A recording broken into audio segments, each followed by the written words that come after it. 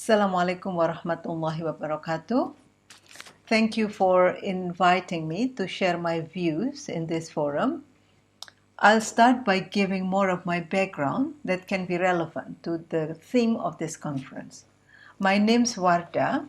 My academic credentials and areas of interest are sociology of religion and human ecology. So I'm very much into environmental and development studies. Besides, I'm myself a volunteer environmental educator. Given this, I've been working on research in cross-disciplinary or interdisciplinary fields where the Muslims are often get entangled. Political science, sociology, philosophy, and psychology. So clearly from where I sit, there are quite a lot to discuss and to explore in this conference. I've got quite a lot to get through, so keep your questions until the end of the presentation. To start with, I believe everyone agrees with me that in a scholarly discussion like this one, we need talks that go beyond the cliches and platitudes. So we are not here to have some iman-boosting talk. It's a forum for academic discussions or even debates.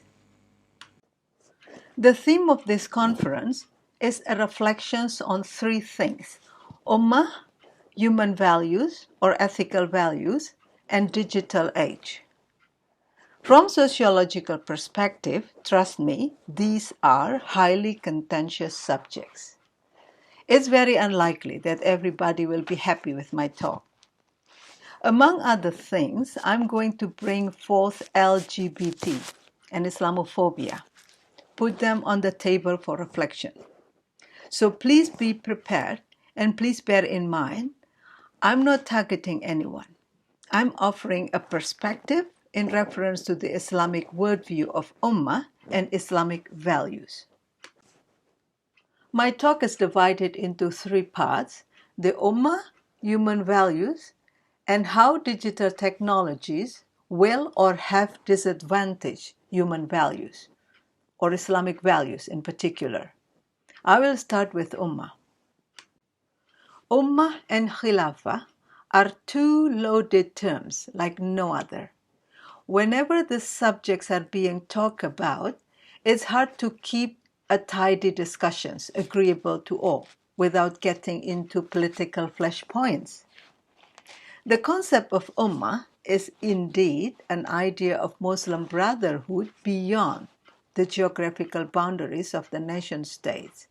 So Ummah naturally is transnational.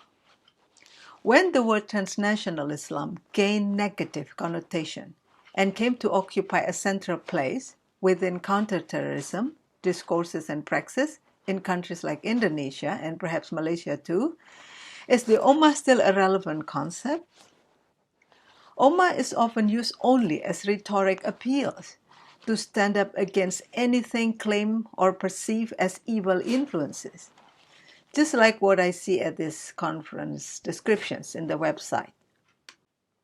The Ummah needs to rise above all challenges to reinstate the concept of humanity values that are now on the verge of being perished. I'd like to draw your attention to this point. From a sociological perspective, Ummah is a globalist concept. The Ummah incorporates the Muslim community in the world as a whole. So of course, for obvious reason, Ummah is a challenging concept for the dominant state-centric paradigm in the third world or developing countries in particular, including Muslim-majority countries. I can relate endless examples from Indonesia, the world's largest Muslim nation, where the nationalist fervor is always forever high. Since the end of the Ottoman Caliphate in 1924, there was hardly any global theopolitical authority among the Muslims. The Ummah has dwelt on a post-colonial and post-Khilafah world. For this very reason, the globalist idea of the Muslim Ummah encounters the particularist entity of new and emerging nation states and its attendant ideas of nationness, or what the Indonesians and Malaysians call kebangsaan.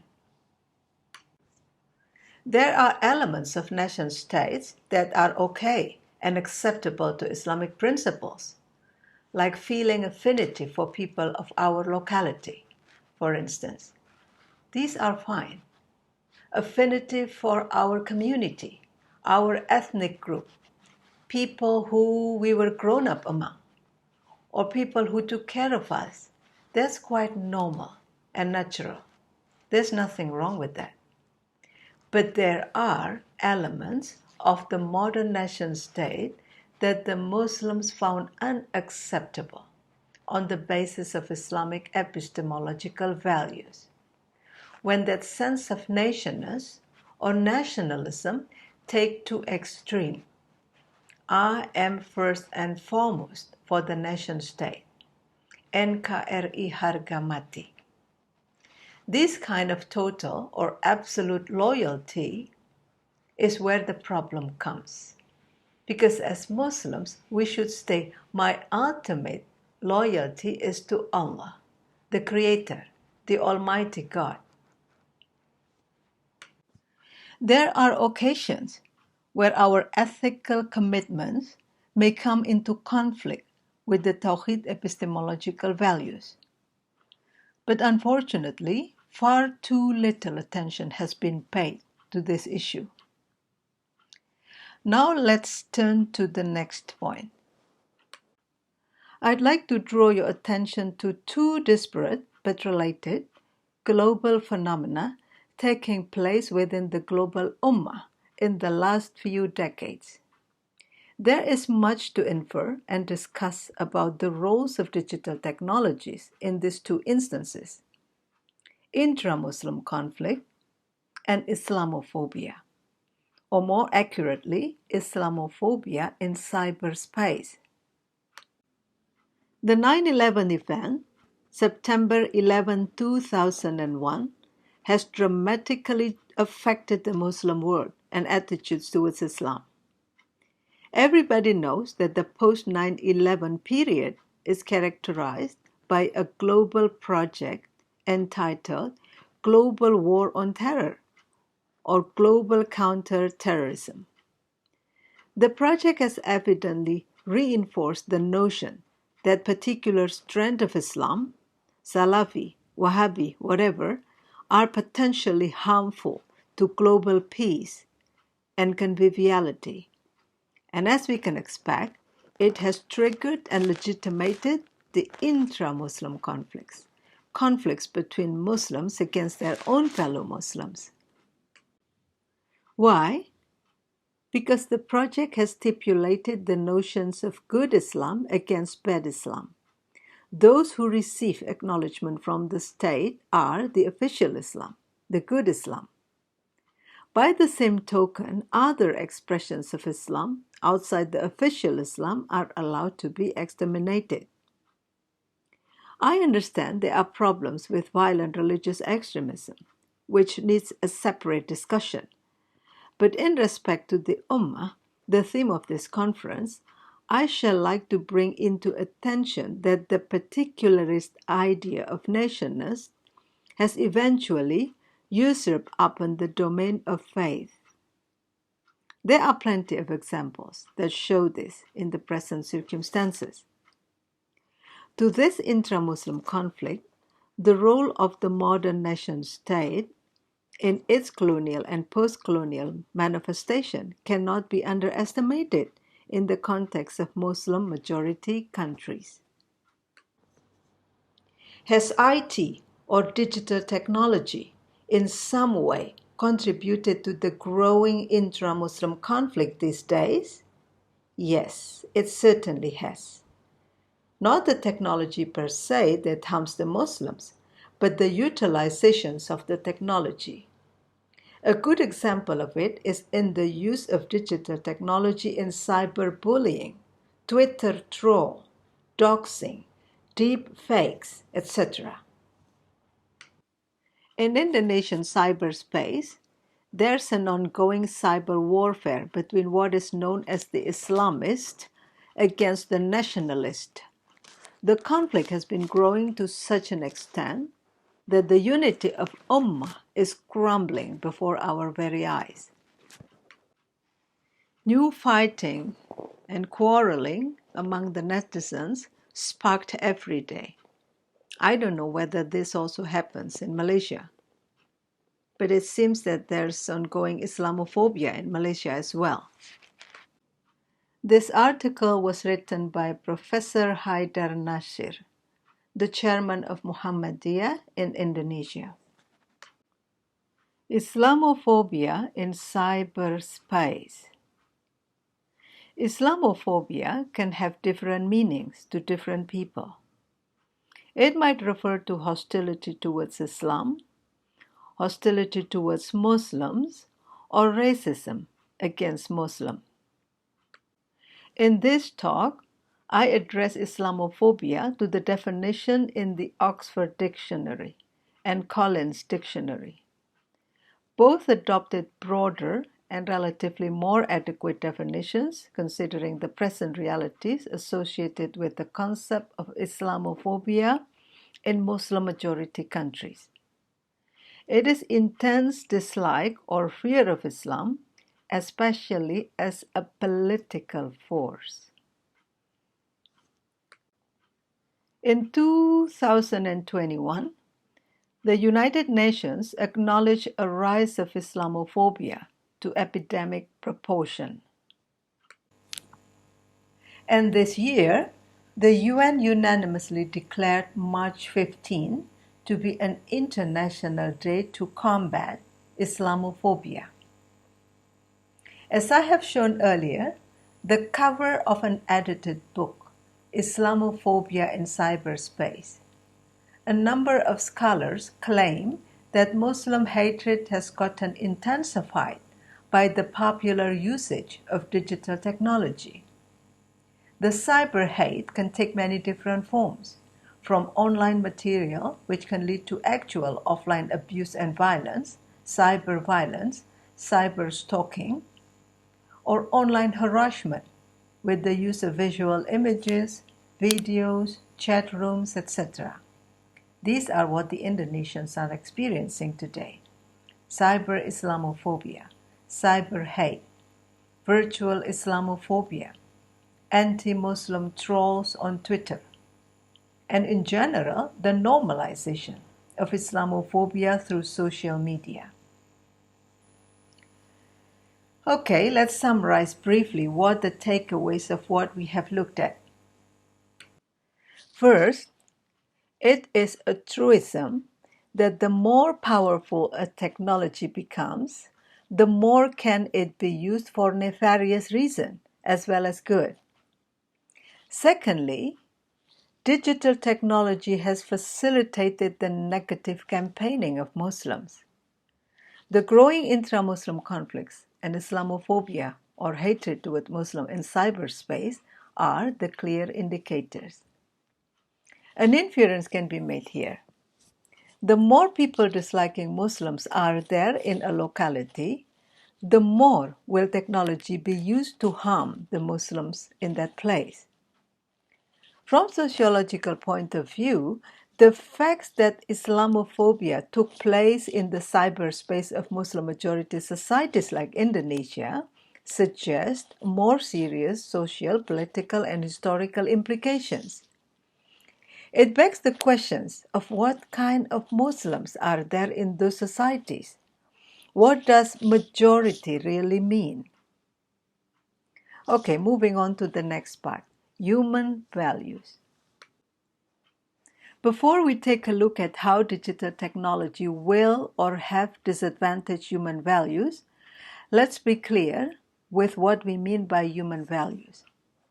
The term value is ambiguous because it has been used indiscriminately by philosophers, psychologists, anthropologists, sociologists, political scientists. So we need to be precise what human values we are referring to here. As far as Islam is concerned, human values must be understood as ethical values according to Islam, and epistemological values, which for Islam is Tawheed, a frame of thought that everything is from and towards Allah. This is the defining feature of Islam and is the key to understand Muslims' faith-inspired action, faith-driven consciousness and behavior, including why the particularist idea of nationness is unacceptable when it is taken to extreme. Ethics are one of the most complicated concepts. It's an area where there is no possible way to avoid different and even competing views to get involved. Now about problems rising from interactions between cultures with different values. There are two approaches. One is the universalist, who contend that it is possible to formulate a set of norms which apply to all cultures equally. This is the approach of the liberals. And the other one is relativist.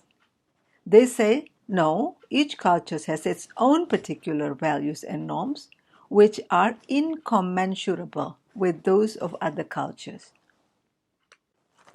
In the Muslims' context, in fact, the relativist approach are true. There are universal ethical values such as honesty, trustworthiness, etc., but there are particular values and norms that are present only in particular cultures. To give you example, the following picture will help you spot on the problem in the encounter between two people who embrace different cultural beliefs, values, and norms. Apologies for the rather discourteous image. These two women were both thinking of a cruel male-dominated culture, but interestingly, in completely opposite ways. So here you see the universalist claim that at the bottom everyone is the same does not ring true. There is diversity of cultural values that should simply be accepted because no convergence is possible. And that's what the Qatar World Cup has plainly displayed. In a conference dedicated to helping the Muslims Ummah, I'd like to emphasize once again that the universalist approach taken by the mainstream liberal Muslim intellectuals in ways that human values or ethical values is defined agnostic of Islamic belief system has not been helpful. It more often undermines Islamic values and weakens the Muslims' position in the intercultural dialogue. So, I think we need to be completely clear that this conference is concerned with Ummah, and accordingly, the Islamic values that are on the verge of being perished as the digital technology progresses. As I warned you earlier, the theme of this conference is far from simple. The more diverse a society where we live, the more difficult it is to define what we mean by human values. Apart from the Western values that have become hegemonic, dominating across regions and cultures around the globe, every locality has its own cultural values. Indonesia, for instance, has own cultural values. These 5 Indonesian core cultural values are identified in a business expatriate website that I found, and these are assumed to be identical with Javanese values because Javanese is the most dominant ethnic group in Indonesia. Loyalty to a hierarchical structure of authority, conflict avoidance, keeping faith as a standard social shame, and so on. And there are also Asian values as well. And for comparison, here is the Western values. To return to the aim of this conference, we need to be clear that we are concerned more specifically with Islamic values. Correct me if I'm wrong. It is a culture standards for discerning what is good and just in society according to Islam. Right here, I'd like to draw your attention to two major trends that have been given rise by the digital revolution and what at the same time signify the degradation of Islamic values. First, the glaringly obvious civility crisis or social media impoliteness on display, and then the apparent global attempts to normalize and even promote LGBT, including to the Muslim majority societies. Let's start with the former. Microsoft made enemies in Indonesia when their research ranked Indonesian netizens as the most disrespectful in Southeast Asia. Malaysia is not bad, it's among the most civil online, and Singapore is the world's fourth most polite country online. In response to it, Indonesian netizens stormed the Microsoft Instagram account in such a way that it had to disable its comment section. So it appears that the digital civility study was proven right. The second indicator of the degradations of religious values is the rise of LGBT identification. We all know that homosexual acts are forbidden in traditional Islamic jurisprudence, just as in Christianity. And depending on the situation and legal school, these acts are liable to punishment. On the contrary, even the United Nations today calls for the rights of LGBT. The prevailing born this way narrative believes that each of us is born with sexual orientation and gender identity, meaning that some children born LGBT. This suggests that all children ought to learn about sex and gender as soon as possible, so they will be able to discover their authentic self, and thus introducing sexual material to young children at school. It has triggered parent protests in the US. The protesters claim it is parents, not the UN, should decide what and how our children are taught, especially with regard to human sexuality and sexual orientation, expression. For them, this act of grooming the children, this is an act of grooming the children to be LGBT. And accordingly, the recent debate surrounding anti-grooming bills in the US and the LGBT banning propaganda in Russia by the state in support of the Orthodox Church. And of course, the most recent one is the LGBT controversy that sparked in Qatar World Cup. The rise of LGBT identification is certainly a new phenomenon. Please view this chart. And there is apparent connections with the internet and social media. In conclusion, upon a closer investigations at the intertwining ethical concerns around the use of digital technology, it becomes clear that digital technology is a double-edged sword. As with any other technology, it cuts both ways. Big data, the Internet of Things, artificial intelligence have been making and will probably continue to make people live more comfortable and more interesting. But at the same time, the innovations have engendered various problems precisely due to the nature of algorithm itself. And the question that remains is how persons from different cultures, different sets of values, can successfully interact with each other in ethical ways. Here I'd like to introduce postmodernism. It seems that we live in the global disinformation order, in the post-human world.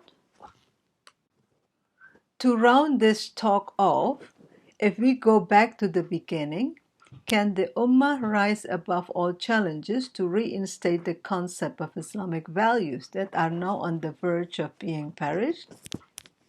Sadly not, or not easy. The Internet is a technology built on libertarian principles, censorship-free, decentralized, and borderless. As with all matters of the modern scientific adventures, in no way we can expect the ethical principles to be upheld. It's an irony, isn't it, that we are eventually shackled by the libertarian principles. Finally, the best we can do is to follow postmodern paradigm. Postmodern movement liberates the followers from academic or intellectual shackles of modernism. So we are allowed to be different from the mainstream. Cultural diversity should simply be accepted. We should never try to homogenize the multicultural society because no convergence is possible. Along similar line, forcing unity onto diversity of madhab and manhaj within the Muslim Ummah is both unreasonable and inappropriate. That brings me to the end of my presentation. Thank you once again to the organizer for inviting me to share my views. I hope you find it interesting. And if you have any questions, I'll be happy to discuss. Thank you.